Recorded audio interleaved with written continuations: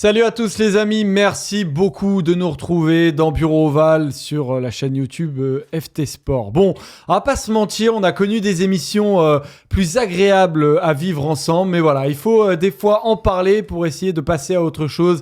On va évidemment débriefer la défaite de l'équipe de France en Angleterre d'un petit point 26-25, mais on est là pour en parler pendant une petite heure tous ensemble. Tous ensemble, c'est avec vous bien évidemment qui nous regardez sur YouTube et aussi qui nous écoutez en podcast et on vous en remercie. Vous êtes plusieurs milliers à le faire, de plus en plus, donc véritablement merci. On le rappelle, pour nous écouter en podcast, vous avez juste à taper First Team sur Apple Podcast, sur Spotify, sur Deezer, où vous voulez, mais vous êtes de plus en plus nombreux et c'est cool. Tous ensemble aussi parce qu'on retrouve bien évidemment nos deux piliers de cette émission avec mon cher Pierre Amiche. Comment ça va ? Toujours en colère ? Bonjour à tous. Non, ça va, je suis moins en colère, moins triste, je suis moins dans l'affect. Après, c'est quand même pas faire honneur au deuxième comparse autour de la table de dire que c'est un pilier, tu vois. Parce que moi, oui, avec mon IMC, clairement, je peux pas mentir aux gens, j'ai jamais pu jouer 3 quarts. En revanche, celui qui est en face de moi... T'as jamais joué 3 quarts de ta vie ? Si, j'ai joué 10 en corpo. Parce que les autres, c'était encore plus nul que moi.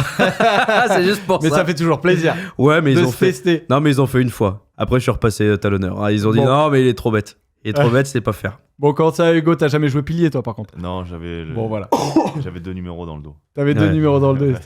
Bon, ok. J'espère entre 10 et 15, parce qu'au-delà, c'est vraiment chiant. Pas le 16, pas le 17. Ouais, effectivement. Bon, comment ça va, Hugo ? Est-ce que tu digères lentement, mais sûrement, cette défaite dans le crunch ? Ouais, un peu triste. Triste pour les joueurs, parce que je pense qu'il y avait bien mieux à faire et qu'ils se mettent une petite balle dans le pied. C'est dommage, parce que je pense qu'on a une belle équipe de France. C'est vrai, on a une belle équipe de France. Le match avait bien démarré. Malheureusement, on a perdu. On va essayer de comprendre pourquoi dans cette émission. Bon, on est là pour ça. On va regarder les résultats des 3 rencontres qui ont eu lieu pendant cette journée. Donc, la défaite des Bleus. On prend quand même le bonus défensif. La victoire des Italiens contre les Gallois de 7 points. Très belle équipe du Pays de Galles. Ouais. Catastrophique. Va être pour eux, en théorie, la cuillère de bois. Disons qu'ils ont, ils ont 19 joueurs pas trop mal. Sur les 19, il y en a 9 qui sont pétés. Donc bon, c'est d'un coup, c'est une équipe... En général, c'est comme ça. Quand t'es au fond du trou, tu creuses encore. C'est affreux. Et puis c'est une équipe de Pro D2 aujourd'hui, voilà, sans être trop cruel. C'est une équipe de Pro D2. Je suis assez d'accord avec toi. Et certaines équipes de Pro D2 pourraient les battre.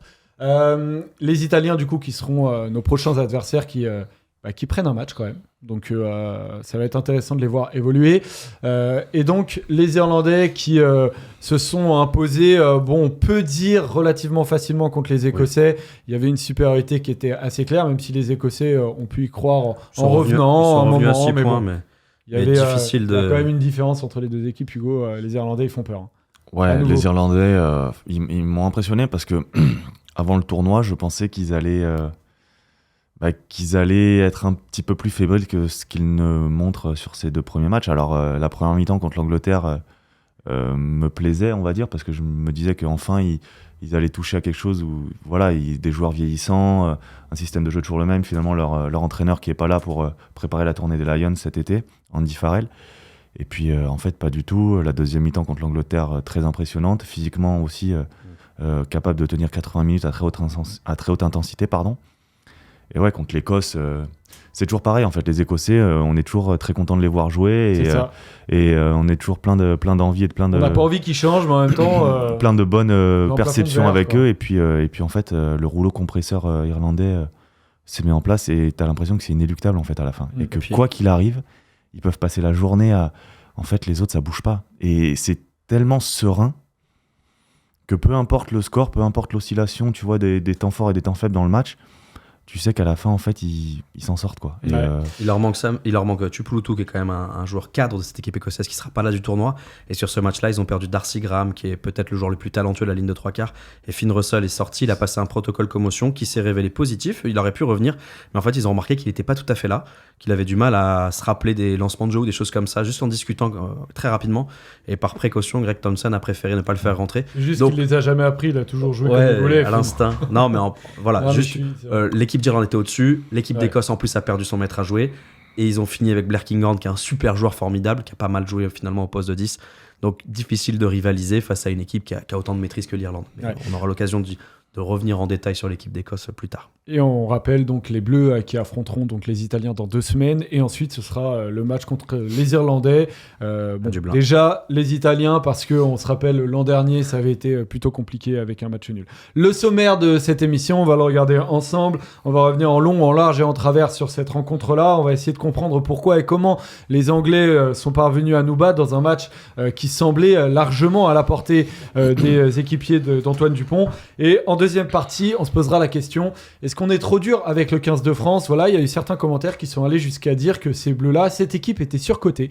Voilà, je l'ai entendu sur certains plateaux. Nous-mêmes, voilà, je vais pas mentir et je vais pas me prendre la fuite lâchement sur le plateau de French Flair sur Winamax. J'ai aussi été dur sur certains points. Donc, est-ce que voilà, on est trop dur? On va en parler avec toi, Hugo, qui a vécu certaines critiques acerbes de certains journalistes, mais pas que, aussi des réseaux sociaux. On va savoir aussi l'impact mental finalement que ça a. Est-ce que toi, tu regardais les commentaires sur les réseaux, etc. Tu me diras ça tout à l'heure. Ça va être intéressant d'avoir ta réponse. Voilà, on est parti pour cette émission, les amis. On va se replonger dans un moment difficile, mais ça fait partie du jeu. C'est parti. Le score de la rencontre, on va le rappeler, la défaite d'1 point des Bleus dans cette 2e journée du tournoi Destination. Comme vous le savez désormais, on démarre cette émission avec les 3 points de Pierre et d'Hugo. Dans un deuxième temps, on ira un peu sur les points positifs des Bleus. Là, pour le moment, on va dans ce focus essayer de comprendre pourquoi et comment les Bleus se sont inclinés. En commençant par tes 3 points, Pierrot, qu'est-ce que tu as choisi ? Le premier point qui me semble majeur, c'est le jeu au pied défaillant du 15 de France. On a été dominé sur cet aspect précis du jeu, surtout passé la 60e minute où là, ça a été vraiment incontrôlable du côté du 15 de France. Ils ont craqué sur cet aspect précis du jeu au pied d'occupation et de pression. Le deuxième point, et c'est très simple, c'est qu'à partir du moment où tu ne marques pas sur tes temps forts, et le rugby, c'est très cruel. Et donc, à partir du moment où tu fais 29 fautes, différentes fautes, des fautes de main, des pénalités, des coups francs, tu peux pas exister. Donc, il y a l'incapacité des Bleus à concrétiser les temps forts. On essaiera de comprendre pourquoi, mais c'est vrai que c'est capital. Et puis, la dernière chose, c'est la défense insuffisante des Bleus en termes d'agressivité et de densité. Là encore, passé la 60e minute, on a largement baissé de pied. Et on a été dominé physiquement, passé la 60e, assez largement en plus. Donc voilà, je pense que c'est toujours un peu la même chose. Le rugby, c'est des choses simples, mais le jeu au pied, on n'a pas su sortir de notre camp. Notre incapacité à concrétiser nos temps forts, qui maintient l'équipe d'Angleterre en vie. Et puis la dernière chose, le fait de perdre les collisions, les duels, et que notre système défensif s'est un peu essoufflé passé la 60e minute. On n'avait plus l'énergie pour aller agresser la ligne de 3/4 anglaise qui nous a fait très mal. Hugo, tes 3 points, qu'est-ce que tu as choisi ? Moi, j'avais mis le manque de finition. Voilà. Encore une fois, on en reparlera, mais ces fameux ballons tombés, c'est dommage parce que le jeu proposé était plaisant à mon sens. J'ai mis une défense fragile sur les premiers temps de jeu, en fait, où ces premières collisions, si tu n'arrives pas à arrêter l'hémorragie de suite, après, tu prends des vagues et malheureusement, ça coûte cher. Ça coûte cher en termes de gagne-terrain et ça coûte cher en termes d'énergie et de ce que tu laisses, on va dire. Et enfin, l'apport du banc qui... j'avais rarement vu le banc de l'équipe de France être si peu impactant puis en fait, dans une fin de match où on avait pris l'habitude d'avoir, et Fabien Galtier en premier, créé ses équipes avec aussi... en créant aussi un banc... important qui puisse faire des différences en fin de match. Et j'ai pas souvenir de voir ces finisseurs, comme il l'appelle, rentrer et faire si peu de différence alors qu'on avait l'habitude. Au contraire, qu'ils nous fassent gagner les matchs. Moi, j'ai certains souvenirs où les mecs rentrent et ça te donne un bol d'air frais, ça te change vraiment l'historique de la fin de match, et malheureusement, pas cette fois-ci. Il y a un point du coup qui se rejoint pour vous, c'est justement la gestion des temps forts et finalement, ce manque de finition, tu vas me dire d'ailleurs Ouais. sur la gestion des temps forts, si c'est ce que tu entends Ouais, par c'est gestion des temps forts, mais c'est ces fameuses en avant. Il y en a un nombre incalculable. Alors, en début de match, on se prenait la tête avec Pierre, on se demandait ce qui se passait. On était en train de le commenter sur Winamax. En avant de Louis Bielbiarré à la 4e, en avant de Roumat à la 8e, à la 14e en avant de Penaud, à la 20e en avant de Dupont, à la 22e en avant de Penaud. Et juste là, à la 20e, les 4 en avant, c'est 4 occasions d'essai. C'est Exactement. pas des en avant dans le jeu courant. Ouais. C'est 4 fois, les mecs sont dans l'intervalle, ou ils sont carrément face à la ligne avec plus de défenseurs. Enfin, c'est des situations. De scoring. Ouais, et puis Hugo, tu vas peut-être me contredire, mais on a rarement vu l'équipe de France qui est plutôt un animal à sang-froid, qui est létal, tu vois. C'est-à-dire qu'ils ont une demi-occasion, ils mettent 2 essais. Là, le nombre de fois où on doit aller marquer, enfin, ils doivent aller marquer, parce que j'y suis pas, ils doivent aller marquer, et où ça se finit par un truc à la con, c'est rare. C'est rare de voir l'équipe de France rater autant. Mais il y a peut-être une explication. Alors laquelle ? Parce que c'est vrai que c'est très difficile d'expliquer ce phénomène, surtout quand ce sont des joueurs techniquement aussi fiables. Je crois qu'il y a 2 explications. La première, c'est l'envie de bien faire, l'énergie, mettre de l'agressivité, même dans tes passes, dans tes machins. Ce qui fait que ils se sont parfois mis des briques à 3 mètres alors qu'il n'y avait pas besoin. Et il y a un autre truc qui, ça, c'est pas vraiment les 20 premières minutes, mais c'est passé la 50-60e. C'est la capacité, et ça, il faut les saluer, qu'ont eu les Anglais à s'accrocher sur tous les ballons. Il y a une action où Louis Bielbiarré a peut-être juste l'occasion de remettre intérieur à Beato Movaca. À part que Slayton, il fait une course de 60 mètres pour revenir sur lui et pour aller le prendre, lui mettre la pression. Il y a la même chose avec Finn Smith sur une passe de Thomas Ramos pour Antoine Dupont sur le côté gauche. Pareil, Finn Smith, il a fait une course de quasiment 60 mètres où il s'est arrêté, il est reparti, il est venu mettre la pression, il s'accroche. Et en fait, il continue à générer un peu de stress dans la ligne. Il force Thomas Ramos à faire une passe un tout petit peu plus dure que ce qu'il aurait dû faire. Sur la même action, on voit que Luc Kowandiki, pareil, il fait une course de 30 mètres épaule contre épaule avec Antoine Dupont, il essaye de mettre le bras, ils se sont accrochés partout. Honnêtement, ils n'ont pas joué un rugby formidable. C'est peut-être ça qui est encore plus déceptif pour nous. C'est parce qu'on a été battus par une équipe qui, sur le contenu, n'a pas été magique. Mais ils ont été courageux, ils se sont accrochés. Ils ont forcé les Bleus parfois à faire la passe de plus, le geste un petit peu plus difficile, la passe un tout petit peu trop tendue. Et ça, c'est leur bénéfice à eux. Mais bon, c'est pas sur les 29 fautes françaises, il n'y a pas que des fautes qui sont générées par l'Angleterre. C'est ça qui est peut-être le plus agaçant. Un début d'explication, mais c'est vrai que dans ces matchs-là, Hugo, des fois, on devient fou parce qu'on ne sait pas vraiment l'expliquer. Alors, il pleuvait quand même, il a plu avant le match. Le ballon était sûrement un peu glissant. Je pense que si on avait joué à Mont-de-Marsan en septembre, ça n'aurait pas été la même chose. Pourquoi Mont-de-Marsan ? Il fait plutôt beau à Mont-de-marsan. Il a un partenariat avec les Montois, c'est pour ça que j'ai glissé quelques clubs. D'accord. C'est pas vrai, mais... T'es à la mairie ou bien, quoi pourquoi pas. Tu bosses à la mairie? Il cherche un poste à la mairie. Exactement. Ou dans Bouzouka, c'est la Non, mais mascotte. en fait, je vais reprendre cette phrase de Fabien Galtier, c'est chasser les causes perdues. Et en fait, les Anglais, comme tu le dis, l'ont très bien fait. Ce qui, à mon sens, est en fait normal au niveau international. Tu vois ce que je veux dire ? Et qui plus est, chez toi, quand il y a 2 ans, t'en as pris 50. Mais si tu regardes ce match, et je trouve que... En fait, tu prends ce match et tu prends le match d'il y a 2 ans, c'est exactement la même chose, sauf qu'il y a 2 ans, tu marques, et là, tu marques pas. Il y a 2 ans, t'as 100% de réussite sur tout. Le fameux essai de Damien Penaud à la fin avec le jeu au pied de Gaël Ficou, le rebond lui retombe dans les bras. Tu vois, t'as tous les bons rebonds, t'as tout. Et là, samedi soir, en fait, t'as rien. Et finalement, t'as énormément de choses, mais la dernière passe, à chaque fois, te file entre les doigts. Et c'est terrible parce que, encore une fois, je ne saurais l'expliquer. Dire qu'il pleut pour les 2 équipes et en fait, les ballons, ils tombent que dans les 22 ou dans le couloir des 5 mètres, ils tombent pas avant. Ouais, c'est ça qui est dingue. Donc, tu vois, l'envie de bien faire, tout le monde là, la peur, je ne pense plus que cette équipe aujourd'hui ait peur de ce type de match. Je ne le pense pas, peut-être que je me trompe, mais je trouve que les joueurs et le staff ont acquis une telle sérénité et osmose et un travail collectif. J'ai pas l'impression que quand cette équipe de France arrive ou qu'elle se déplace, peu importe où, elle ait peur. Juste un petit chiffre, Hugo, il y a 11 situations de marque pour les Français. Ouais. Ils marquent 3 fois. Ouais, Il y a terrible. 8 situations où Honnêtement, ça se joue à Non, mais c'est un terrible. détail. Vous avez raison, hein, on peut pas le ça, nier. Hein. Et évidemment, on ne demande pas à l'équipe de France d'être clinique, de marquer à toutes les occasions qu'ils ont, même si c'est formidable d'imaginer qu'on aurait pu mettre 11 essais. Il y a deux façons de le voir. Soit on se dit, on a été en position de marquer 11 fois face à l'équipe d'Angleterre, c'est colossal, ils ont fait un match franchement très dense, très costaud. Soit on se dit, purée, ne serait-ce que la moitié des occasions, on les aurait mises, ils prenaient 45 points. Non, mais c'est Donc, ça, voilà. ça qui est vachement dur, je pense, à encaisser parce qu'il y a des belles choses sur le terrain et il y a vraiment pas, il faut pas tout jeter quoi. Et comme tu dis, ces fins d'action, ces ballons jetés, c'est peut-être qu'il y a eu un petit manque de patience, on va dire, où il fallait vite scorer.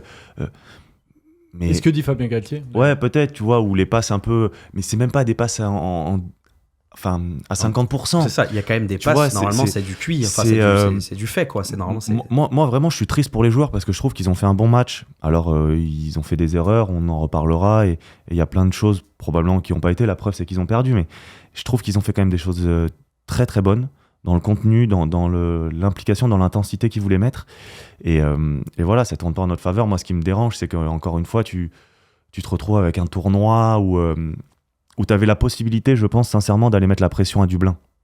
Voilà. Tu pouvais, à mon sens, faire très peur. Non, c'est pas fini. Mais tu pouvais vraiment aller jouer ce grand chelem à Dublin et arriver avec un plein de confiance et vraiment leur mettre la pression là-bas. Chose qui, finalement, ça fait longtemps que les Irlandais, ils prennent pas tant la pression que ça dans le tournoi.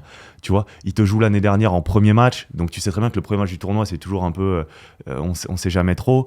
Et là, je pense que tu avais vraiment la possibilité avec une équipe d'aller vraiment les titiller sur vraiment un gros duel de fin de tournoi, quoi. Surtout que, alors, il y a ces en avant-là, qui est le premier point qui vient finalement à notre esprit. C'est assez logique de penser à ces en avant qui nous font de manière directe perdre le match. Il y a un deuxième aspect que vous évoquez dans vos 3 points, c'est le système défensif des Bleus ou tout simplement la défense. Et ça, quand tu évoques la possibilité de faire peur à l'Irlande, je ne sais pas si tu es d'accord, mais les en avant, ça, on peut se dire en fait que ça peut se rétablir comme ça. C'est finalement une fois que ça peut arriver d'en faire autant, 19 turnovers concédés. On se dit que pour une équipe de cette qualité, ça n'arrive quasiment jamais. En revanche, la défense des Bleus, est-ce que c'est pas plus inquiétant de se préparer d'affronter l'Irlande? Je suis irlandais, je me dis, bon certes, ils font des en avant qu'ils feront pas contre nous, mais c'est ce système défensif, là, pour le coup, on a un vrai coup à jouer. Qu'est-ce que t'en penses? Alors, pour moi, c'est très simple. La semaine dernière, le système défensif, vous allez très bien. Il allait très bien à tout le monde la semaine dernière. Ah, contre les Gallois, il allait forcément très bien. Je trouvais affreux, mais oui. Bon. Tu prends 0 point, quoi. Bon, voilà. Et qu'est-ce qui a changé? Moi, je vais dire un truc qui est très simple. Aujourd'hui, on va tomber sur Mathieu Jalibert parce qu'il a loupé beaucoup de plaquages. Il en a loupé la moitié. C'est pas bien au niveau international. C'est dommageable pour son équipe, je suis d'accord. Tu connais les qualités et les défauts de ce joueur.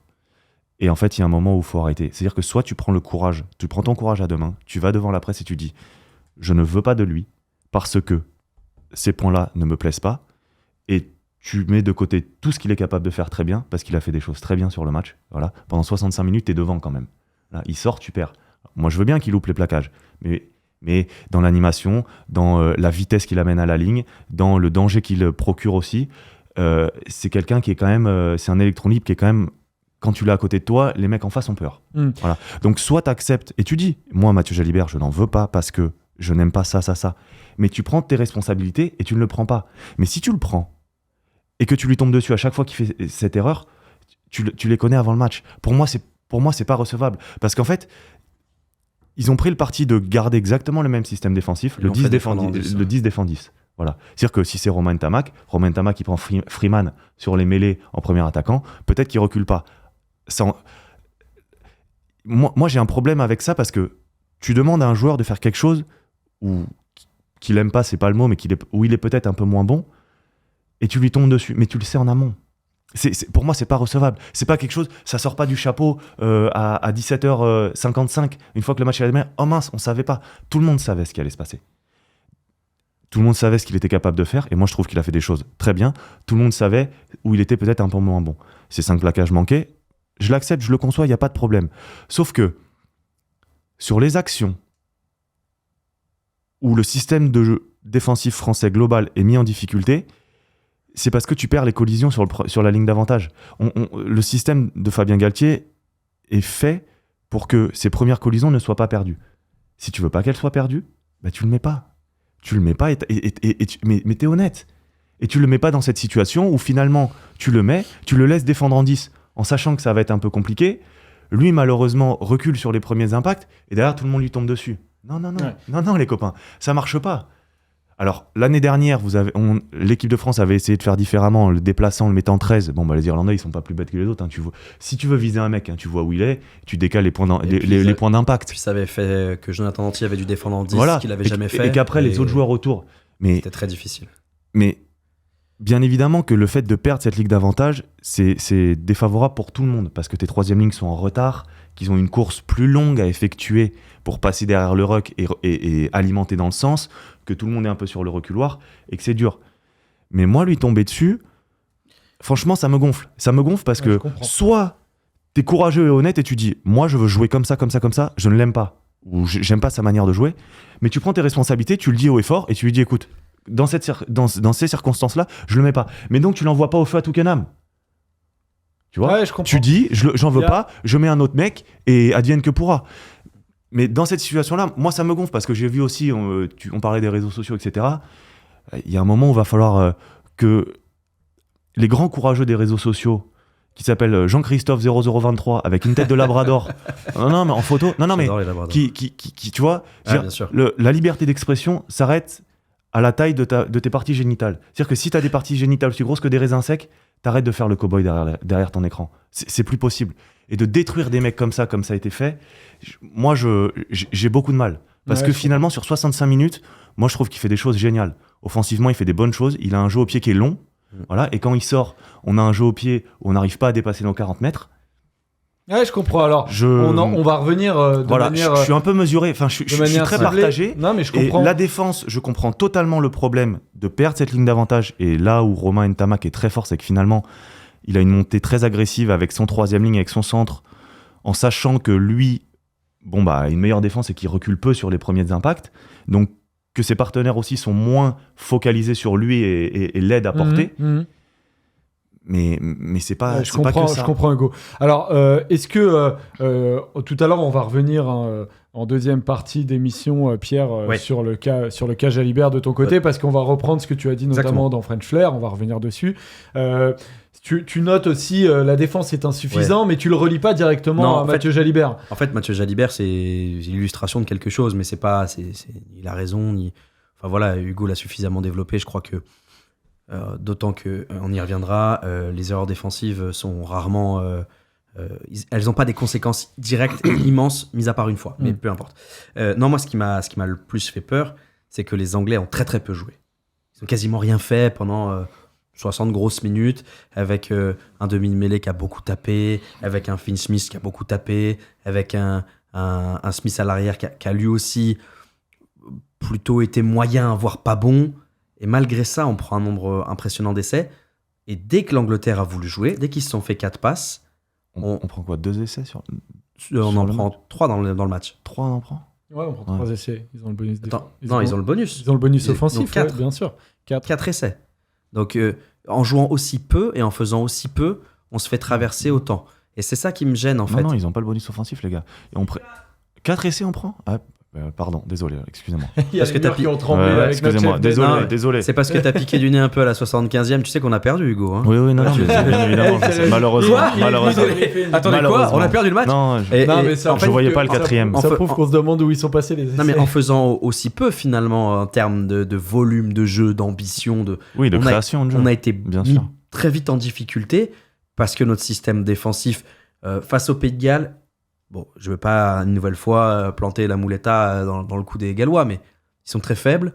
On les a regardés jouer, on n'a même pas mis une stratégie de contest en place, on s'est contenté de faire du large en les suivant. Ils ont reculé, ils nous ont rendu des ballons faciles.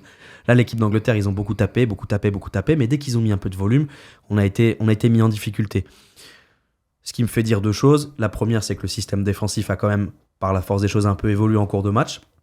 Puisque le banc est rentré et qu'on a vu Antoine Dupont passer numéro 10, où il s'échappe pas en défense, mais où ça change aussi le rôle du numéro 9 dans la ligne. Voilà, il y a des ajustements qui font que ça a été peut-être pas assez pertinent. Et puis la deuxième chose, et ça c'est un point que je voulais aborder, c'est qu'on voit aussi le poids des absents.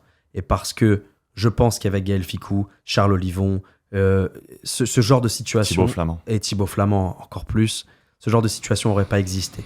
Parce que, par effet domino, ton banc aurait été plus solide. Parce que au moment où il faut être fort, il faut être malin, il faut être calme, un gars comme Gaël Fickou, tu le sais bien, Hugo, il diffuse quelque chose de rassurant autour de lui. Voilà, c'est ce genre de choses, de petits détails tout bêtes, quand on cherche une raison à la défaite, autre que l'Angleterre l'a peut-être un peu plus mérité, parce qu'il a un peu plus allé la chercher. Je crois que, malheureusement pour l'équipe de France, le poids des absents a aussi pesé. Notamment sur Si je peux revenir juste par rapport à ça, je voudrais rajouter, et tu as raison, en fait, on a perdu les collisions. Plus que la défense, plus que le système, je pense que c'est les collisions qu'on a perdues. La bataille des rucks aussi, où Tom Curry, il a été monstrueux. Il nous a gratté le ballon, franchement, il a été énorme. Et c'est... Finalement, sur la ligne de 3/4, qui est-ce que tu retiens qui sort du lot ? Yoram Moefana, qui est... Totalement d'accord. Alors, moi, je trouve que la paire de centre a fait un bon match. Malheureusement, sur la dernière action, Pierre-Louis Barassi ferme sur le mauvais, malheureusement. Ouais. Mais je trouve que les deux centres, finalement, n'ont pas perdu de terrain, n'ont pas perdu leur collision. Yoram Moefana, d'entrée de jeu, il me prend Laurence. Ça secoue terrible. Il bouge pas d'un mètre. Et je trouve que, alors lui, pour le coup, a fait un match XXL. La paire de centre est une satisfaction. Et on lui a demandé des choses différentes. C'est aussi pour ça qu'il a brillé offensivement. Et il a pris, je trouve que enfin, il a mesuré tout le talent qu'il a et les responsabilités qu'il peut avoir sur le terrain. Parce que c'est un mec qui, on s'est rendu compte là, enfin, moi, j'ai trouvé excellent. Et voilà, on a perdu les collisions, c'est ça, je pense. Et en fait, après, une fois que tu prends la marée, c'est dur. Ouais. Alors, comme dit Pierre, malheureusement, ils ont eu tellement peu de ballons, mais ils ont joué 2-3 fois. Mais sur les chandelles, on a été aussi un peu friable. Ouais. Donc ça c'est un des gros points que tu voulais noter, c'est les renvois des Bleus. Non, mais les renvois, c'est une catastrophe. Les renvois en deuxième mi-temps, tu perds le match là-dessus. Enfin, c'est terrible. C'est terrible, c'est-à-dire que 3 fois, tu marques des points et tu n'arrives pas à sortir de ton camp. Et ça, c'est à ce niveau-là, je pense que c'est rédhibitoire, pardon. Et c'est dommage.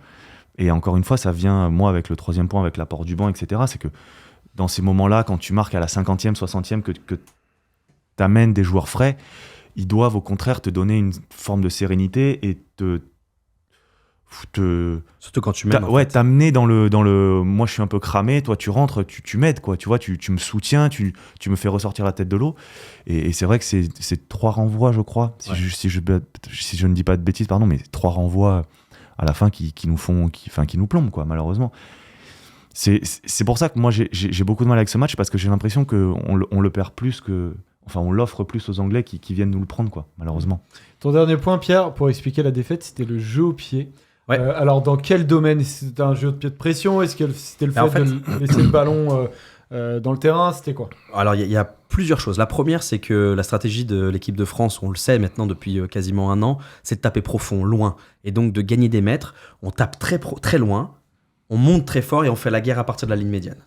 Ce truc-là, ça a aussi parfois des défauts. Il a tenu 65 minutes. Voilà, parce qu'après, tu demandes beaucoup d'efforts physiques à tes joueurs, parce que tu sors peu le ballon, et parce que tu rends des ballons à des joueurs qui...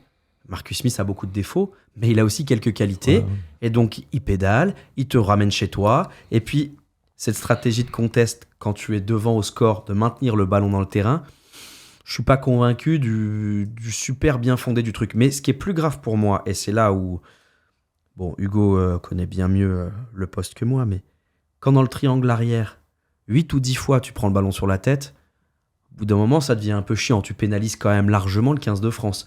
Alors, c'est un copier-coller de ce qu'on a pu voir face à l'Afrique du Sud lors du quart de finale. Les Anglais sont pas plus cons que les autres, ils ont bien compris que Damien Penaud, dans les airs, est un peu plus friable que certains des ailiers anglais, que Louis Bielbiarré, même s'il a progressé, n'est pas impérial, et que Thomas Ramos, malgré toutes ses qualités, et ben quand tu fais un 75 et que tu dois te faire grimper dessus par un gars qui fait un 90, tu as des chances de perdre tes duels.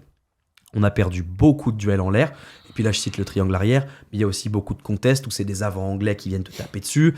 Et on n'a pas trouvé beaucoup de solutions et on n'a pas trouvé beaucoup... On a gagné des duels en l'air, on va pas dire qu'on s'est fait rouler dessus. Mais tous les duels qu'on a perdus, tout de suite, c'est une situation très chaude. Là, on n'a peut-être pas de chance aussi, et ça, faut le reconnaître, c'est que, par exemple, s'ils avaient été disponibles, Buros et Barré, qui ont des qualités très claires dans le jeu aérien aurait pu être mis, sachant que Ramos aurait quand même pu être laissé sur le terrain, parce qu'il est aujourd'hui indispensable, en position de 10. C'est que tu parlais du poids des absents tout à l'heure, c'est que là, pour le coup, on peut pas en vouloir trop à Galtier, parce qu'on aurait sans doute fait les mêmes choix que lui. Quoi. Mais moi, j'en veux à personne. Bien évidemment, juste que si tu fais la photographie du match, tu le perds parce que tu ne marques pas sur tes situations chaudes, et tu le perds parce que chaque fois qu'ils viennent chez toi, ils te punissent, et ils viennent chez toi par le pied. Ils viennent pas chez toi en faisant beaucoup plus que monter des quilles. C'est un jeu restrictif, il n'y a pas qu'une forme de rugby qui marche, ils jouent avec leur qualité, et à partir du moment où tu gagnes, tu as raison. Mais quand même, là, encore une fois, on parle du fait de donner le bâton pour se faire battre. Là, c'est typiquement le cas. Mais tu vois, moi, je vais revenir sur ce que tu dis par rapport au jeu au pied. Et moi, quand je disais c'est à la 65e qu'on perd la bataille du jeu au pied, c'est parce que... Tu perds de la longueur. Et oui, mais parce que la sortie de Jalibert. Et en fait, vu que tout le jeu au pied passe par ton numéro 9, qui est Antoine Dupont, qui met des coups de pompe de 80 qui a un jeu mètres. Au pied, parce qu'on peut me dire qu'il n'a pas fait un match dantesque, pas de problème. Mais sur tous les fondamentaux, il est irréprochable. Alors il y a peut-être une passe ou deux où la balle elle a un temps de vol un peu plus supérieur à ce qu'il est capable de faire. Mais dans le jeu au pied de pression, dans le jeu au pied d'occupation, pied droit, dans pied la gauche, défense, dans l'impact qu'il met physique sur les avants adverses et dans les zones de ruck, à la 65e, lorsque Mathieu Jalibert sort, tu perds un 10. Alors certes, comme on a dit en amont, qui défensivement est plus friable qu'Antoine Dupont l'est en 10, mais qui a une longueur de jeu au pied très importante. Il a un gros jeu au pied, Mathieu Jalibert. Et surtout, tu perds Antoine Dupont en poste de numéro 9 qui, depuis le début du match, à chaque fois qu'il y a des box-kicks à taper, qu'il les tape quand même très bien. Que ça soit en longueur ou en précision, pied droit, pied gauche, à chaque fois, il te permet de sortir de ton camp. Et ce que tu dis, cette fameuse ligne médiane qui doit être sprintée pour créer cette guerre de tranchées-là, si tu la crées sur T40, aujourd'hui, au niveau international, T40, c'est une zone de marque. Parce que tu sais que dans T40, peu importe, un bon joueur, soit il met 3 points, soit il trouve une touche dans T22. Ce qui crée des situations de stress pour ton équipe. On a justement les changements qui ont été effectués par Fabien Galtier pour essayer de comprendre un peu plus clairement, parce que dans le feu de l'action, c'est vrai qu'on oublie un peu qui est rentré, qui est sorti. Il a coaché différemment. Ça, il faut le dire. C'est pas le même Fabien Galtier qui habituellement, il fait pas du tout ça. On a vu Auradou et Gégou rentrer à la 50e minute. On n'a jamais vu un duo comme ça rentrer à ce moment-là du match. D'habitude, ce qu'il aime bien faire, c'est de sortir 5 mecs d'un coup, faire le bomb squad un peu à la sud-africaine, densifier son pack. Je pense qu'il a aussi essayé de faire le mal le plus longtemps possible à l'équipe d'Angleterre avec sa première ligne titulaire. Et il la sort plus tard. Il les sort les 3 d'un coup. Et c'est un peu curieux. Et puis surtout, c'est là la limite du banc 6-2. C'est-à-dire que tu es obligé de garder une cartouche avec Gaëton s'il y a un gars qui se pète, mais ça veut dire qu'au final, tu n'as joué qu'à 22. Parce que Gaëton rentre pas. Donc, Gaëton ne rentre pas, et tu as effectivement, quand tu envoies énormément de jeux comme ça, tu peux te dire que potentiellement tu vas faire ce changement-là, et tu es obligé de décaler Dupont, ça crée un problème. Est-ce que dans cette défaite, sans dire que c'est à cause de lui, parce qu'on a vu qu'il y avait quand même un ordre d'explication dans cette défaite, Fabien Galtier, pour toi, est passé à côté de son coaching. Je pense qu'il a tenté quelque chose. En plus, la défaite impliquerait le fait qu'il s'est trompé. Alors qu'on le répète, ce match-là, il se jouait un peu à la pièce quand même, tu vois. Non, mais il peut s'être trompé ça veut sur dire son coaching. Ouais, mais moi, je pense qu'il s'est un petit peu... Je pense qu'il s'est un peu trompé. Moi, j'aurais pas fait... Enfin, je suis pas sélectionné, on s'en branle. J'aurais pas fait ça. J'aurais pas fait ça parce que c'est pas les habitudes de l'équipe de France. Parce que on a demandé à Oscar Gégou et à Hugo Auradou de faire 30 minutes à un niveau qu'ils connaissent très peu, c'était leur 3e sélection, parce qu'on se retrouve dans une situation où le déséquilibre du paquet d'avant français, où on a mis Alexandre Roumat en 4 parce qu'il nous faut un sauteur, et quand on le fait sortir, il nous faut un autre sauteur, donc on fait rentrer Hugo Auradou, alors qu'il n'a pas forcément le background, le bagage pour répondre présent à ce niveau-là, et lui demander de faire 30 minutes de très haut niveau, malheureusement, on a vu aussi les limites de jeunes joueurs, et c'est normal qu'ils touchent du doigt leurs limites, c'est un niveau... On a vu un match de haut niveau. Je ne vais pas dire de très haut niveau, parce que le temps de jeu effectif n'est pas terrible, mais c'est un match de haut niveau. Il y a un step entre le top 14 et le niveau international. Malheureusement pour lui, Hugo Auradou, il a pris la marche un peu dans la tête. C'est un peu triste. Je trouve qu'Oscar Gégou a fait une meilleure entrée. Et puis après, ton banc, malheureusement, Georges-Henri Colombe, qui est un très bon pilier dans le jeu courant, en mêlée fermée, il s'est fait tordre. Le pauvre... deuxième ligne. Michael Guillard fait une entrée assez neutre. C'est compliqué de passer après Meafou sur ce qu'il fait. Quand même. Ouais, bah oui, là, pour le coup, Guillard, moi, je peux pas lui. Un gros match, Enfin, passer derrière Meafou, là, ce qu'il fait. Puis la pression s'inverse. Là, tu te rends vraiment compte de l'importance de ce joueur.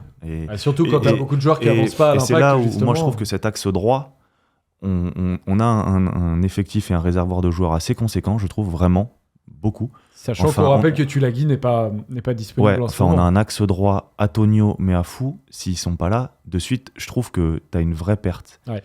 Qui sera peut-être pas une perte quand Tatafou et Tulagi seront de retour tous les deux, parce que c'est l'avenir, ces deux joueurs-là, ils seront capables de. Enfin, de pour l'instant, j'ai pas vu grand monde être capable de faire ce que les deux sont capables de faire. Il faut être là pour être bon. Il fait un petit match international à son niveau, on attend tellement de lui et tout.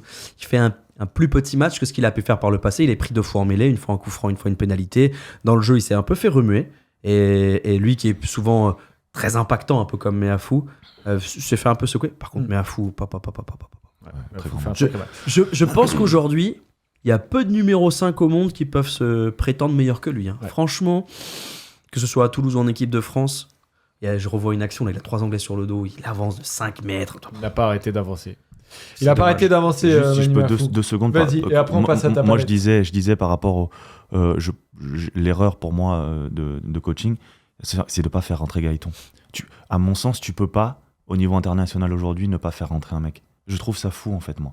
Alors, il y a probablement plein d'explications qu'il connaît mieux que moi, avec ses datas, avec ces choses que moi, je n'ai pas. Peut-être que Gaëton second centre et pas Barassi qui a fait 80 minutes. Je comprends pas comment, avec que 2-3 quarts, en plus, c'est toi qui les as choisis. Tu veux dire C'est-à-dire que, à Montrouge, que t'aies pas envie de faire rentrer le remplaçant parce que tu sais que la veille il est sorti et que tu vois, t'as pas envie qu'il déséquilibre ton équipe, bon, je veux bien l'entendre. Mais là, Emilien Gaëton, avec que 2-3 quarts, ça veut dire que si Damien Penaud se fait mal au mollet à la 8e minute, il doit faire 70 minutes à l'aile. Donc ça veut dire que tu as confiance en lui, à mon sens. Moi, c'est ça. Et pour revenir à cette 65e minute de jeu, en faisant ce qu'il fait là, en mettant Nolan Le Garec en 9 et en passant Antoine Dupont en 10, tu te prives de l'énorme coup de chausson d'Antoine Dupont et de tout l'impact qu'il a autour des rucks et des sorties de camp parce que c'est lui qui les fait. Et 2, tu mets un demi de mêlée qui a pas un long jeu au pied. Et donc à partir de là, tu ne sors jamais de tes 40 mètres. Voilà, parce qu'Antoine Dupont est en 10 et qu'il tape pas, et que tu te retrouves avec Nolan Le Garec qui a pas un long jeu au pied, et donc à partir de ce moment-là, tu ne ressors jamais de tes 40, et pendant 15 minutes, t'es cantonné à 40 et ta ligne d'en but. Ouais, et moi je trouve que c'est dommage, parce qu'on a de la longueur, jusqu'à cette 60e minute de jeu, on est devant au score. Ouais, on est devant d'un point. Non, de plus que ça. Ah bah à la 65e minute, au moment où il sort, on est devant d'un point pour moi. Et on perd ensuite. Mais, d'accord. Je vais revérifier. Non, mais probablement, t'as raison. En tout cas, ce qui est certain, c'est que cette charnière-là, offensivement, développait quelque chose qui était très intéressant. On va le voir avec ta palette, donc dans action-réaction. Et effectivement, donc, Jalibert qui, en entrant dans ce système offensif, Hugo, nous a montré qu'il était capable de métamorphoser ses Bleus offensivement parlant. On connaissait toutes ses qualités et je crois qu'il faut les rappeler parce que j'ai l'impression que quand on parle de lui, on parle d'un mec, encore une fois, qui a découvert le rugby avant-hier et on sait pas, on le jette là au milieu de la fosse au lion et advienne que pourra. Non, c'est un joueur avec d'énormes qualités, avec des défauts aussi, que tout le monde connaît, donc maintenant il faut les accepter ou non. Moi, je pense que c'est la première chose. J'ai beaucoup aimé l'aspect offensif parce que je trouve que on est allé chercher les couloirs, on a pris de la vitesse dans les couloirs, on a joué des duels. C'est ce que j'aime bien appeler un accélérateur de particules. Mathieu Jalibert, c'est quelqu'un qui est capable par des courses un peu plus longues, un peu plus chaloupées, créer de l'incertitude et décaler des partenaires. Donc voilà, là on voit sur cette action, il est dans le dos de sa 3e ligne et ou de ses centres. Voilà, il est toujours un peu en électron libre, un peu derrière les premières phases de combat, parce qu'on sait bien que c'est pas son domaine de prédilection. Mais voilà, c'est quelqu'un qui, lorsqu'on voit bien le nombre d'avant, et de joueurs d'ailleurs anglais sur cette image, avec même Marcus Smith, qui est au bord du ruck, c'est quelqu'un qui a une vision, je pense, supérieure à la moyenne et qui peut décaler les phases d'impact, les phases de combat. Et je trouve que c'est ce qu'il a bien fait.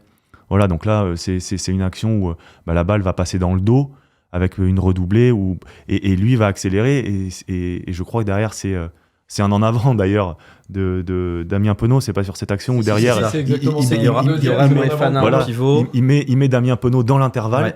qui 9 fois sur 10 marque un essai en rigolant et en tirant la langue comme il a l'habitude de le faire tous les week-ends, et qu'il a malheureusement fait un en avant.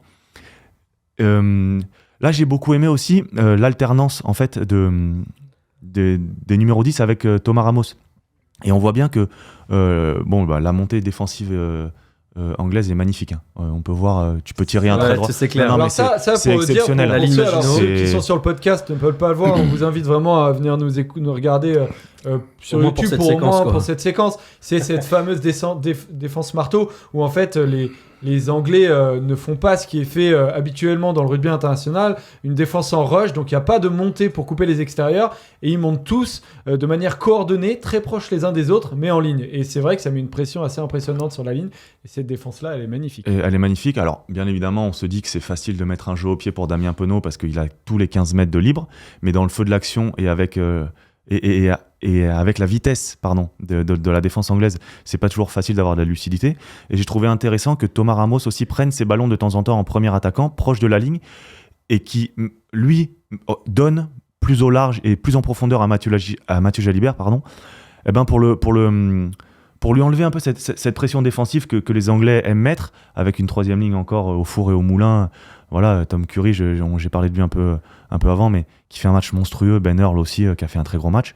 Et j'ai trouvé cette association intéressante parce que Mathieu Jalibert peut amener de la vitesse dans les couloirs, peut amener aussi une forme de justesse dans le jeu offensif parce que c'est quelqu'un qui fait très peu de fautes offensivement. C'est quelqu'un qui libère... qui libère ses partenaires. Et encore là aussi, voilà, c'est plusieurs fois où il est dans le dos avec... En fait, Mathieu Jalibert, c'est quelqu'un qui a besoin d'avoir les ballons et qui a besoin d'avoir du monde autour de lui. Voilà, il a besoin d'avoir tout le temps, en permanence, du monde autour de lui parce que c'est quelqu'un qui... Il va avoir des options, quoi. En permanence. C'est-à-dire qu'il n'est pas dans un cadre. Il n'est pas dans un cadre et je pense pas que tu pourras lui dire le 2 contre 1, il faut faire ça. Il prend le ballon, il lève la tête, il a souvent la tête haute, le ballon à 2 mains. Et il fait en fonction de ce que la défense lui propose. Et souvent, il le fait bien quand même. Alors, il a un jeu au pied où il se fait contrer aussi, un rasant où il se fait contrer. Heureusement que Ramos est derrière pour récupérer. Mais en règle générale, c'est quelqu'un qui a besoin d'avoir des ballons. C'est quelqu'un qui a besoin de faire des erreurs sur le terrain. Parce que c'est quelqu'un aussi qui, sur, on va dire, 10 ballons touchés, va faire 3 erreurs. Mais il va traverser le terrain 2 ou 3 fois aussi. Donc j'ai trouvé cette animation offensive intéressante. J'ai trouvé... l'intention d'aller jouer dans les couloirs, de prendre de la vitesse. J'ai souvenir de Pierre-Louis Barassi aussi qui arrive à percer dans le couloir des 15 mètres. Les ailiers ont été touchés. Enfin là, t'as 2 ailiers. Et en avant ensuite, en début de match, effectivement. Voilà, et c'est vrai que tous les en avant dans les couloirs, une bricasse, Pierre-Louis. c'est malheureusement, c'est la fin qui nous revient au visage et qui nous dit... mince. Système défensif, l'efficacité du système offensif, en bout de ligne, pour le moment voilà. n'est pas là. Offensif, pardon, j'ai dit défensif. Ouais. Franchement, on n'a pas vu l'équipe de France oser autant depuis fort, fort longtemps. Et ça me rappelle le match une nouvelle fois. Je fais le parallèle parce que la défaite d'1 point, parce que le fait qu'on soit dominé sur le jeu aérien et le fait qu'on a envoyé du jeu alors que personne s'y attendait vraiment, ça me rappelle vraiment l'Afrique du Sud. Avec cette capacité, on va pas revenir sur cette connerie d'expected tries et tout ça. Non, ça c'est bidon, ça. Mais on s'est mis en situation de marquer très souvent parce que l'animation offensive a été ambitieuse. Et ça fait plaisir parce que on en parlait il y a une semaine avec Hugo sur le fait qu'on regrettait de voir des joueurs aussi talentueux avoir si peu à bouffer. Là, Yoram Moefana a été nourri et il a nourri les autres. Mathieu Jalibert, en venant comme ça, presque en position de premier centre derrière Thomas Ramos, avec de la vitesse, du temps, de l'espace, il a montré qu'il pouvait faire mal très souvent. On a vu aussi des ailiers toucher directement, parfois sur des doubles sautés, parce qu'il y avait des décalages. On se rend pas compte comme c'est dur de faire des décalages dans le rugby moderne. Parce qu'il faut gagner des collisions, il faut gagner des duels au ras, et il faut être intelligent, et il faut aller vite, et il faut être précis. C'est hyper dur en vrai. Passer en R3, on fait 2 temps de jeu, il y a des décalages. Là, au niveau international, il faut réussir à faire quelque chose de parfait. Et l'équipe de France était au presque parfait. Voilà. Mais, effectivement. Animation magnifique. Animation magnifique, et la question se posera, on pourra l'aborder rapidement dans la deuxième partie, mais est-ce qu'il faut conserver ce système cette volonté offensif, cette volonté de faire du jeu, parce qu'on voit qu'on n'est pas tout le temps récompensé, et même par exemple d'autres équipes qui font énormément de jeux, comme les Écossais, finalement ne sont pas non plus énormément récompensés. on va l'aborder. Juste avant, on va se faire un peu mal, les gars. Bah oui, c'est la vie. Je me demande pourquoi j'ai des idées pareilles de temps en temps. Mais c'est l'heure de faire rentrer l'ennemi qui va arriver victorieux, heureux, souriant. On va voir ce que... Ça y est, il m'agace. Notre anglais, du coup, Zach, qui va récupérer le micro. Bon, effectivement, des fois, j'ai des idées de merde. Hein. Je vais pas vous mentir. Mais voilà la gueule qu'on aurait eue si on l'aurait dit. Bon, je te demande pas si ça va. Hein. Ouais, vous m'avez pas cru. Hein. Moi j'ai dit de 15, je suis un peu déçu, j'avais dit que l'Angleterre allait gagner de 15 points. On a gagné que d'un point à la dernière minute, c'est un peu décevant. Sur un match ultra dominé de la tête et des mais épaules. Évidemment, mais totale. c'est une victoire amplement de jeu, méritée. Je veux dire, vous nous avez assommés par le jeu flamboyant de Borthwick. Sur les attaques placées, on était meilleurs. J'espère qu'il y a passé une belle soirée quand même. Tueur l'Angleterre, c'était magnifique. d'anglais. J'étais déguisé en reine d'Angleterre au bowler dans le 8e arrondissement, c'était fantastique. Il y avait plus de Français. Tu seras encore pour les autres J'ai matchs. chanté la Marseillaise en Mokodo à la fin du match, c'était génial, c'était super. Tu seras encore au bowler pour les autres matchs. Bah évidemment. Alors on vous donne tous rendez-vous au bowler Venez. pour embrasser Zach, faire des gros bisous. Je serais pas déguisé en reine déteste. d'Angleterre cette fois-ci par Je contre. te déteste. Bon, Zachary Pilon, du coup, tu vas être là pour faire the three word. Yes. Voilà, avec mon magnifique accent anglais. Beautiful. Tu vas en gros nous expliquer comment les médias anglais eux-mêmes ont expliqué la victoire anglaise.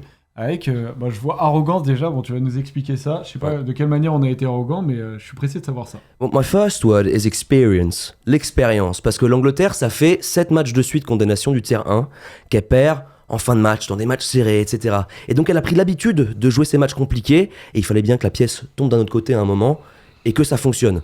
Il y a aussi l'expérience de la semaine dernière en Irlande. L'Angleterre avait un banc bien moins expérimenté que celui des Irlandais qui avait fait la différence en fin de match, et là on a vu Jamie George rentrer en jeu, Impérial en touche, dans la liaison, dans le jeu courant, fantastique, à la pointe du combat, Elliot Daly qui marque le dernier essai, ou encore Oli Chessum qui a sa 30aine de sélections, très très précieux en touche.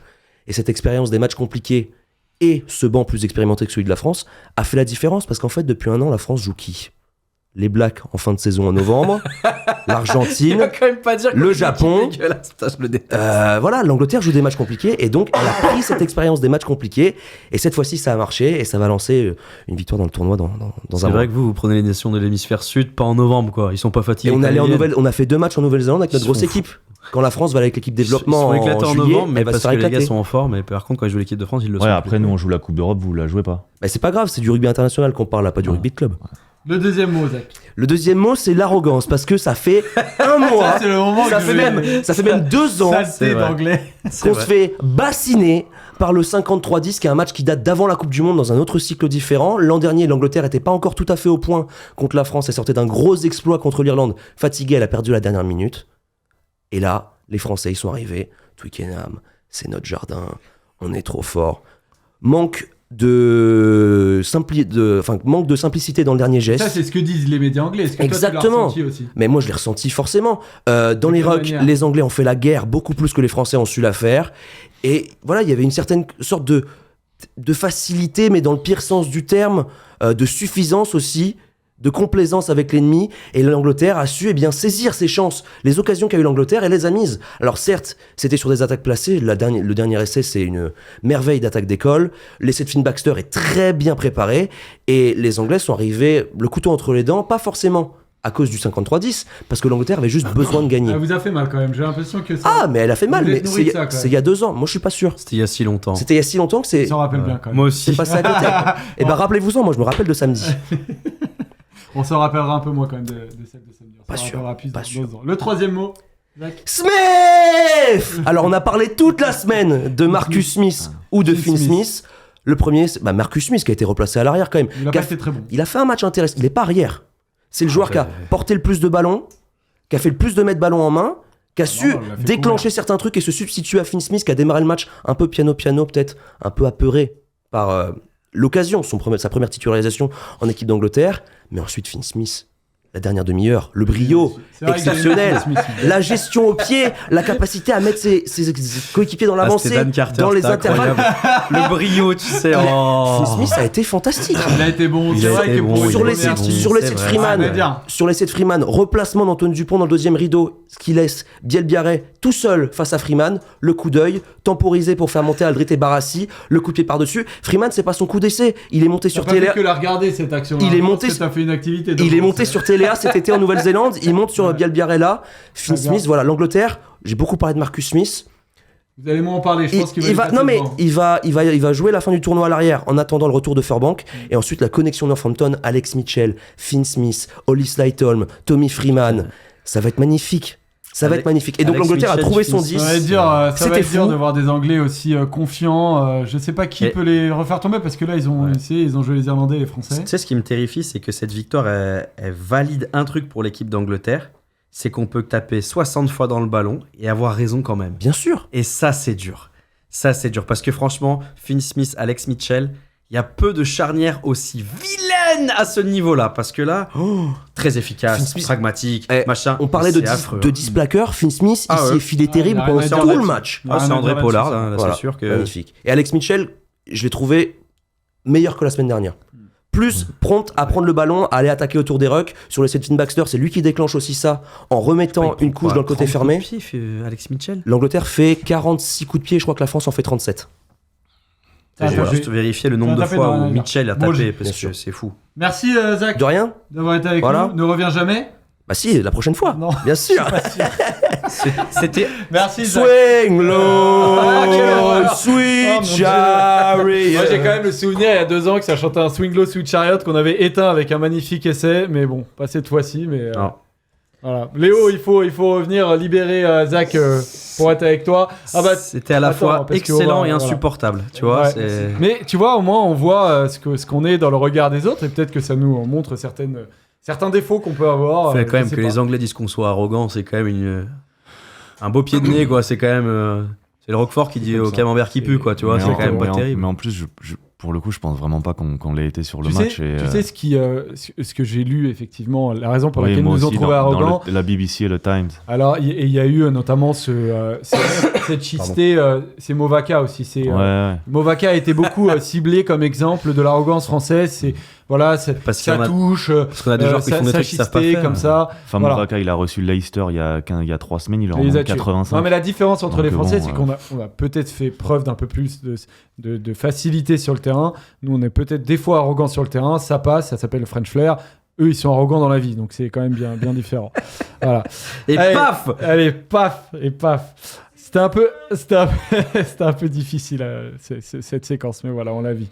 Allez, juste avant de passer dans le débat, les amis, on va remercier notre sponsor Trade Republic. C'est Thomas qui vous explique la raison pour laquelle c'est intéressant Trade Republic. C'est parti. Depuis plusieurs mois, certains membres First Team ont rejoint Trade Republic. Et c'est d'ailleurs cette banque qui sponsorise cette vidéo. Grâce à eux, tu peux investir de l'argent automatiquement, sans avoir besoin de t'en occuper. Allez, on t'explique ça. Depuis janvier 2024, on utilise la carte Mirror, qui en plus d'être un magnifique objet, te permet surtout d'avoir du SafeBack. Le SafeBack à 1%, c'est en gros convertir les dépenses en investissement. Tous les mois, vos transactions payées en carte sont cumulées, puis réinvesties dans les plans d'épargne que vous aurez choisis. Automatique, il n'a rien besoin de faire. Toi qui continues à suivre le basket et analyser chaque match sans avoir besoin d'analyser tes investissements, c'est cool, non? Autre avantage direct, celui de gagner 3% d'intérêt brut sur les fonds non dépensés. C'est-à-dire que l'argent présent sur vos comptes qui rapporte 0%, cette fois, vous rapporte de l'argent automatiquement.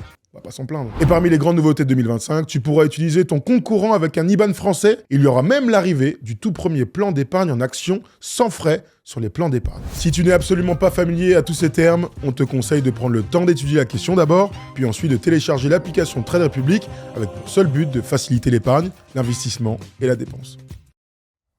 Merci Thomas. On va donc pouvoir passer immédiatement au débat. Est-ce qu'on est trop dur avec le 15 de France? C'est parti.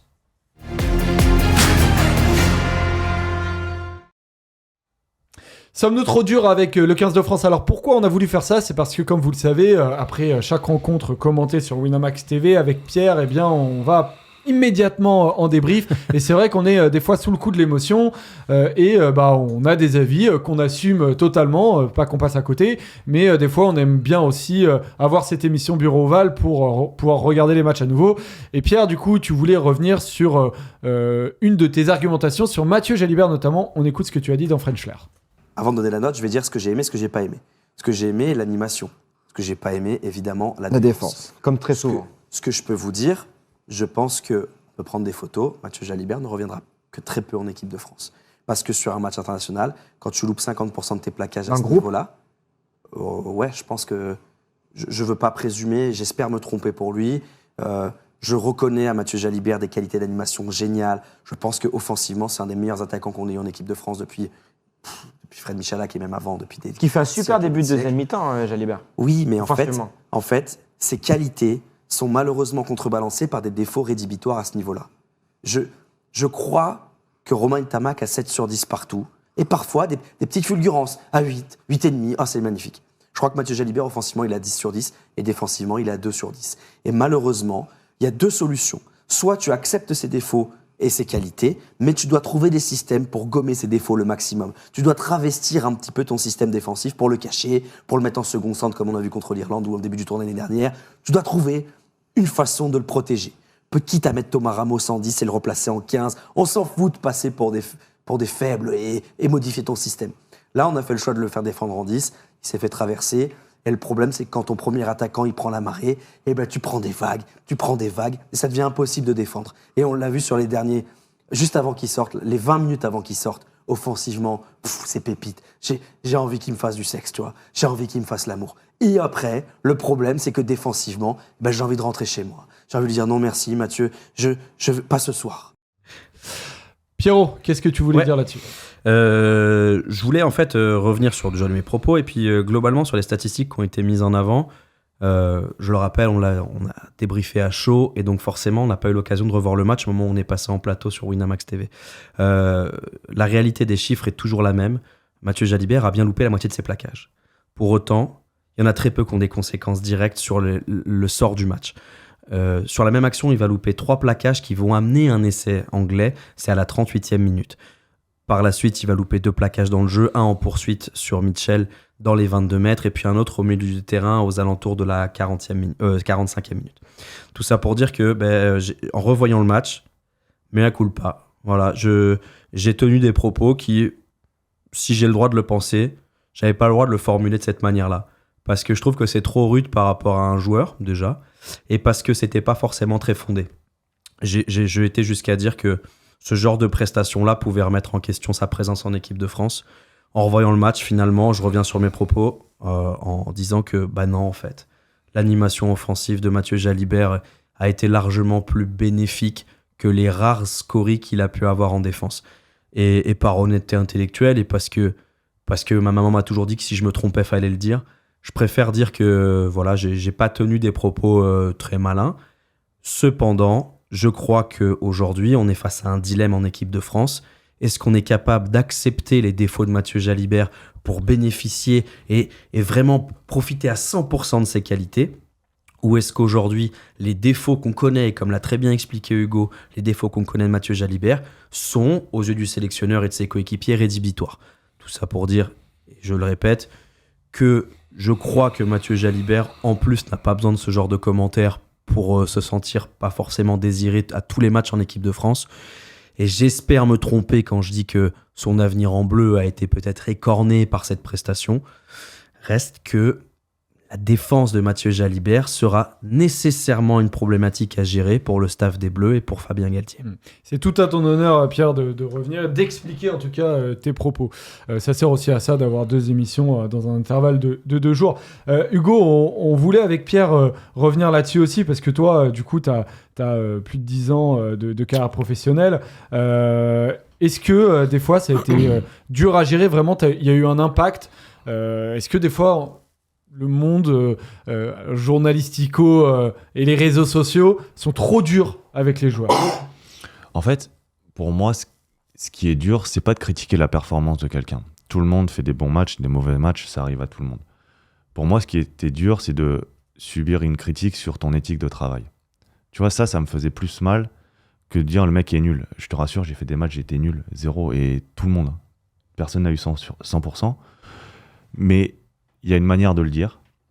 Quand t'es joueur, parfois, tu sais, t'as aussi la sensation, et maintenant que je suis un peu de l'autre côté, tu vois, que je suis consultant, et où c'est pour ça que j'essaye de faire très attention, parce que dire d'un mec, il est nul, tu sais pas ce que le mec, il y met toute la semaine, tu vois, en termes de valeur travail. Et je crois que c'est important parce que je pense que dans la société aujourd'hui, on fait croire aux gens qu'on est tous égaux, c'est faux. On fait croire aux gens qu'on est tous capables de faire quelque chose, c'est faux. Voilà, ce que ces joueurs-là, ce que les athlètes de haut niveau sont capables de faire, c'est 0,1% de la population mondiale qui est capable de le faire.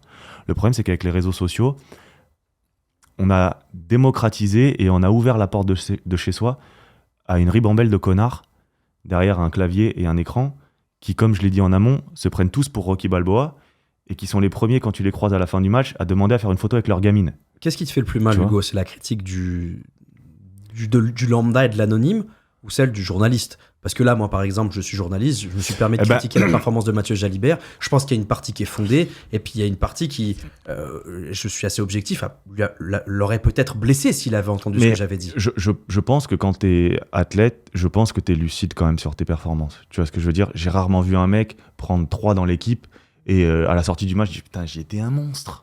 Ouais. Alors que le lendemain, tu prends 3 le lendemain matin dans l'équipe.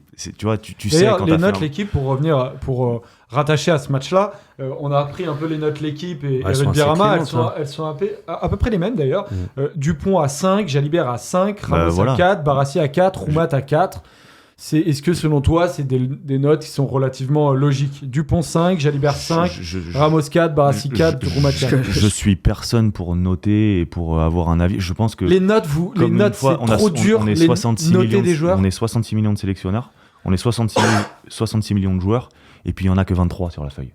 Voilà. Et je peux te dire que dans le microcosme du rugby, tout le monde rêverait de faire partie de ces 23. Ouais, et bien celui sûr. qui te dit non, c'est un menteur. Celui qui te dit non, c'est un vrai. menteur. Moi, j'y crois Voilà. plus beaucoup, Non, mais, c'est vrai, j'adore. mais je te le dis. J'en rêve pas, mais Non, j'aurais mais peur voilà, quand même. voilà.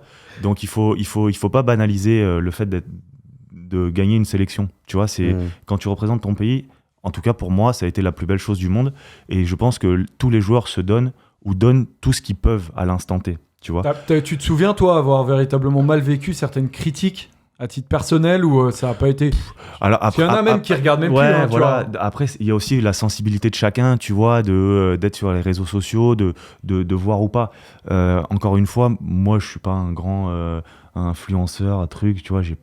Je regarde pas l'équipe le lendemain de match, quoi. Non, tu vois, j'avais pas trop le. Non, mais tu vois, J'avais plein de vannes qui venaient, j'ai Ouais, préféré pas les faire. Mais il y en a qui sont vachement, tu sais, qui ont besoin de ça, tu vois, bien qui sûr. ont, De se nourrir de la voilà. critique ou d'être en lien avec et les d'être un peu supporters. choyé, tu vois, la calinothérapie. Et puis il y en a d'autres qui s'en foutent un peu. Moi, T'avais pas besoin de ça. j'avais pas Je crois que spécialement. c'est Et puis dur quand t'es surtout- sportif de haut niveau et susceptible, c'est quand même assez peu compatible parce que tu prends tellement de critiques de Non, mais C'est ça. tout le temps tu les prends, putain, c'est dur. et après, encore une fois, moi, comme je l'ai dit en amont en rigolant, mais moi, ce qui m'énerve aujourd'hui, c'est l'anonymat sur les réseaux sociaux. Parce que moi, j'accepte la critique de tout le monde. Mais mets ta photo et ton nom et ton prénom et ton adresse. Alors Tu vois d'ailleurs, ce que je veux dire? d'ailleurs Parce que là-dessus, moi- petite parenthèse, mais l'anonymat sur les réseaux sociaux n'existe pas. C'est-à-dire que si quelqu'un t'insulte, Hugo Bonneval te menace de mort. t'insulte et te menace de mort, tu portes plainte, il n'y aura pas d'anonymat sur les réseaux sociaux. Factuellement, tu pourras retrouver nécessairement la personne qui se retrouve derrière. Je le dis Oui. pour le Non, parce rappeler que c'est à certains ouais. utilisateurs aussi, D'accord. qui des fois, on a une communauté qui est quand même très sympa. Franchement, dans les Ouais, c'est commentaires, bienveillant. nous, c'est relativement bienveillant. Ouais, non, Mais je le rappelle quand même que Sauf si capillairement, par là, hasard là, quelqu'un c'est vous dur. insulte sur les réseaux sociaux, si vous portez plainte, l'anonymat n'existe pas sur les réseaux sociaux. Voilà pour cette parenthèse. Est-ce qu'on est un peu trop dur avec les joueurs? On va regarder la compo des Bleus. Quelle va-t-elle être dans 2 semaines? Alors, bon, il peut y avoir C'est dans des retours, il peut y avoir des Ouais. blessures. On va voir s'il va y avoir du changement. Ce qui est certain, c'est que les retours quasiment assurés de Flamand et de Ntamak vont nous faire du bien. Même si c'est que sur Forcément. le banc, même si c'est pour apporter des solutions pour Flamand parce qu'il risque d'être un petit peu à court de rythme, mais Exactement. Mais rien que sa présence va probablement changer des choses. Moi, il y a un retour aussi que j'attends peut-être dès la prochaine liste, c'est Tatafou. Parce que ça fait quelques semaines désormais que on sait qu'il est pas loin de revenir à 100%. Ou Rabat Il a eu un Slimani. petit- Oui, ou Rabat. Parce Non, que mais- sur la composition du match contre l'Angleterre, Il moi, aurait eu sa place, hein. dans les 23, je mets Slimani et je mets Brennan, tu vois. Alors titulaire, remplaçant, je vous débrouillez. Mais moi, ces deux joueurs-là auraient été dans la composition d'équipe, tu vois. La question aussi qui se posera effectivement, c'est est-ce que, par exemple, Roumad doit retrouver une place rester dans le 15 titulaire? Ouais, Est-ce qu'on sur doit le l'utiliser banc, un peu est-ce qu'il est différemment? En deuxième ligne, en troisième ligne. De toute façon, Voilà. il a tellement de talent, il est tellement bon que on va s'interroger sur sa présence ou pas. Exactement. Est-ce que Oradou doit complètement sortir? Est-ce que si je par pense hasard elle revient dans ce 23, est-ce que Brennan, justement le Toulousain qui vraiment pousse à la porte et qui est très bon en top 14, doit lui passer devant? Voilà, Moi, je vois pas comment tu peux. Il y a une question toute bête. C'est est-ce que le groupe sera reconduit tel quel avec quelques ajustements en fonction des blessés? Moi, je pense que malgré tout, parce que Fabien Galtier est aussi un homme de communication et il sait que les symboles renvoyés, l'image qu'on renvoie de l'équipe de France est importante. Malheureusement pour certains joueurs, qu'ils soient sur le banc ou dans le 15 de départ, il y a des têtes qui vont tomber parce que la nature humaine est suffisamment bête pour croire qu'il faut des responsables et on va donner probablement un peu à manger aux critiques faciles de l'équipe de France en disant bon, on dit pas que c'est de sa faute, mais il reviendra pas tout de suite. Et par exemple, Hugo Oradou, j'ai du mal à l'imaginer présent sur la feuille de match contre l'Italie, alors qu'il n'a pas été impérial lors de ses 2 rentrées. Voilà, je pense qu'il fera partie des joueurs. Et puis, c'est plus facile aujourd'hui de dire à un joueur qui a 4 sélections, écoute, on va faire 15 jours de pause, tu vas venir travailler, tu vas repartir en club, ça va faire du bien à Pau. En revanche, il y a un coup près qui va tomber et qui, là, sera beaucoup plus interprété et qui fera couler beaucoup plus d'encre. Romain Ntamak ou Mathieu Jalibert titulaire, et est-ce que le deuxième, que ce soit Mathieu Jalibert ou Romain Ntamak, sera présent sur le banc? Mais non. Et Enfin, c'est déjà connu. donc On ce va pas sera faire Romain semblant. Ntamak, 6-2, et Mathieu va Jalibert à la maison. on va pas faire semblant. Enfin, Je sais pas. Probablement que peut-être que je me suis trompe. d'accord avec toi pour Mais- le coup. mais- Après, je- Pierre je- pose bien la sûr, question. je mais parle, la tout à question, fait. voilà, Non, non, mais ce sera Ce sera accordé, le grand tout questionnement à de fait. la prochaine Mais- composition. Ouais. Non, moi, dans cette composition d'équipe, écoute, je trouve que c'est cohérent. Je sais qu'il y a aussi Gaël Ficou qui va reprendre. Donc, est-ce qu'il va On retrouver. n'a pas une date assez claire pour Gaël Ficou pour dire que dans 2 semaines il sera là et qu'il sera d'accord. disponible pour jouer contre l'Italie. D'accord. C'est possible, hein, Mais mais c'est les côtes, c'est jamais Ouais, très clair les et- côtes. Et puis à partir du moment où tu n'as pas du tout joué, on l'a bien vu, Ah oui, ça fait c'est ça fait pas vraiment peur à Fabien Galtier, on l'a bien vu avec certains joueurs comme Michael Guillard qui avait 0 minute avec Lyon et qui était sur le banc avec l'équipe de France. Mais ça paraît un peu difficile quand tu es en manque de rythme et que d'un coup, Gaël a la connaissance absolue du niveau international et c'est lui qui va pouvoir dire si il est S'il est apte, capable ou apte pas. ou Ouais, et pas. puis du système de Mais- jeu, c'est le leader de la défense Oui. de Sean Edwards, etc. C'est aussi tu sais, une valeur plus que simplement ça. Mais sur la composition d'équipe, moi, si tu me demandes ce que je ferais, si Flamand reprend le poste de numéro 4, moi je mets Roumat sur le banc à la place de Gégou, je garde Guillard et moi je fais rentrer Brennan. Je suis obligé. Brennan a cette capacité à jouer 2e ligne et 3e ligne dans un rôle différent de Roumat, plus combattant. Il y a l'option 5-3 en fait. qui est possible et aussi. j'ai du mal avec cette option 5-3, sachant que sur le terrain aujourd'hui, tout le monde arrive à se substituer à peu près, Ouais. avec Ramos qui passe en 10, Bielbarré à l'arrière, Gaëtan qui peut jouer à l'aile, Dupont qui peut jouer 10. Enfin, Sans faire offense à l'Italie, ça n'est que l'Italie en face. Hein. ouais, C'est une alors, bonne équipe oui, qui mais nous a accrochés. on va rester modeste Non, avec mais ça. on va pas L'année arriver dernière- comme ça. en disant, L'année on va leur dernière, péter on la a gueule, fait mais égalité. Et On aurait dû perdre. voilà, s'il n'y a pas du vent sous un toit fermé et que le ballon tombe, la magie du rugby, on perd le match. Donc voilà. Il y a une dimension physique aussi que peut-être l'équipe de France devra retrouver. Donc, il y avait certains choix. On a été dominé par la 3e ligne anglaise. On a reculé sur certains impacts. Peut-être que ces bleus-là et cette composition-là pourraient changer. Tu mets que des gars de plus de 130 plats. Ouais, exactement. Tao Fifenoua, tu Non, rappelles. mais je parle de Tata Roumat. Fou. Je parle de Roumat. Ah. Ça va être très intéressant de voir la gestion du cas Roumat, Ouais. justement, Puis de la touche. en vue de l'Irlande, plus que peut-être en vue de la dimension physique, même si la dimension physique de la 3e ligne italienne, pour le coup, est assez intéressante. C'est Ouais, tu ça peux- fait colosse, donc à l'impact, ils font mal. Tu peux avoir aussi Les Boudéan canonnés, qui les sort, négris. on replace Roumat en 3e ligne parce qu'il est trop important pour la touche. Je pense qu'il y a des questions qui pour l'instant, je me suis pas encore posé les bonnes questions. Ouais, et Je puis vais pas te cacher que je suis il a encore quand dans le même match. gardé 19 joueurs qui sont à peu près les joueurs Ouais. qui ont joué plus ou moins le plus de minutes et qui veut avoir sous la main Protégé rapidement pour ce week-end.